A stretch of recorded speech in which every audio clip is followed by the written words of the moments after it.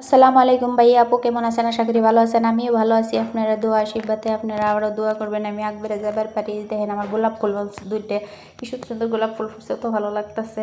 আর আপনারা আমার video comment করেন না, কমেন্ট করে জানাই দিবেন। ভালো লাগলেও করবেন, খারাপ লাগলেও করবেন, তাহলে আমি আরও চেষ্টা করবো যে আরও ভালো করে বানাইতে, আপনার সাথে ভিডিও শেয়ার করতে। আপনারা কমেন্টে জানানি না আমাকে কিছু, যে ভিডিওটা ভালো লাগলো না খারাপ লাগলো।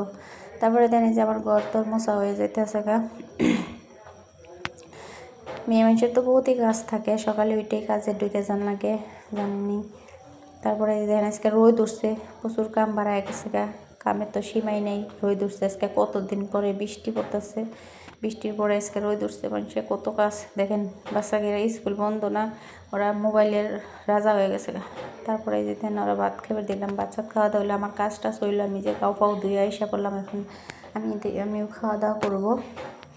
যে অলরেডি খাইবার বইসা বললাম। তারপরে বেটাটা, ছোটো বেটাটা তো দুপুরে ভাতই খানা দেখেন।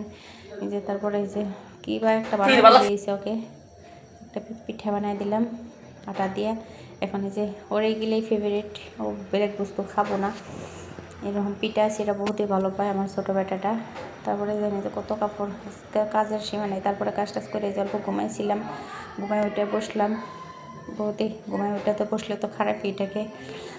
তারপরে যে বাড়িবেলা গেলাম, ক্যাম্পাস করতে ঘুরতে গেছিলাম। তারপরে এসে যে রান্নাবাড়ি ঢুকে গেলাম গা। ডাল দিয়ে সজনাতে বানাইলাম, মুরগির মাংস বানাবো। দেখেন এই যে মুরগির মাংস বসাইতেছি।